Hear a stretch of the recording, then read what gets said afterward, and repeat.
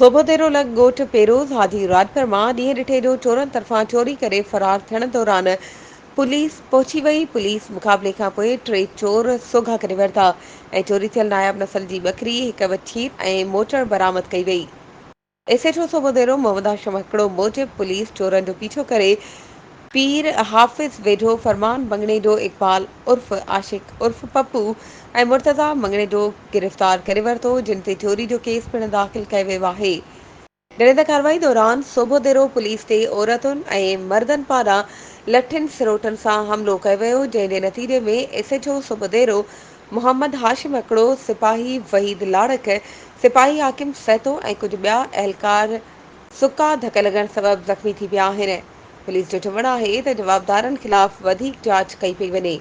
भाॻियनि पारां एसएचओ सोबोदेरो मोहम्मद हाशिम हिकिड़ो खे बहितरीन कार्रवाई करे चोरी वापसि कराइण ते हार पाराया विया। वधीक ख़बरुनि ऐं अपडेट्स जे लाइ असांजे चैनल खे सब्सक्राइब कयो ऐं हा, बेल आइकन खे प्रेस करणु न विसारिजो त जीअं असांजी हर नई अचण वारी वीडियो तव्हां ताईं पहुचे।